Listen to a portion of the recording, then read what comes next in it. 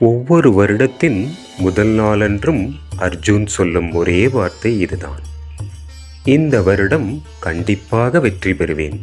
ஆனால் வருடம் முடிவில் அதே ஏமாற்றம், அதே சோகம்.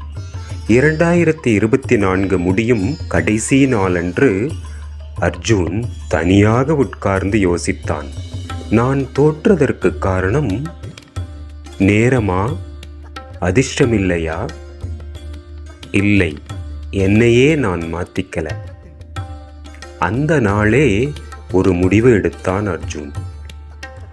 2025 புதிய ஆண்டின் முதல் நாள். அவன் பெரிய தீர்மானங்கள்லாம் எதுவும் எடுக்கல. தினமும் 1 மணி நேரம் நான் கற்றுப்பேன். இன்னைக்கு செய்ய வேண்டிய செயலை நாளைக்குன்னு தள்ளி போட மாட்டேன். தோல்வியிலிருந்து ஓட மாட்டேன். சின்ன சின்ன மாற்றங்கள், ஆனால் தினமும் தொடர்ந்து செய்தான். மாதங்கள் கடந்தது. அர்ஜுன் மாறினான்.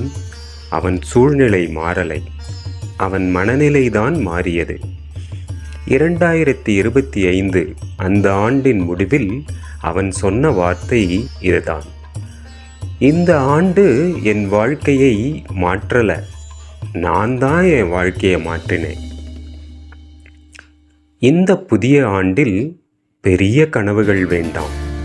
சின்ன முயற்சி, தினசரி உழைப்பு, விடாமுயற்சி, இதுவே போதும். இன்று தொடங்கு, இப்பொழுதே தொடங்கு.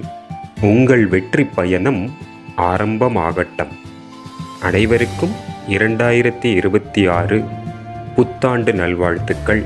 நான் உங்கள் Sathya from SS academy Kovai. நன்றி, வணக்கம்.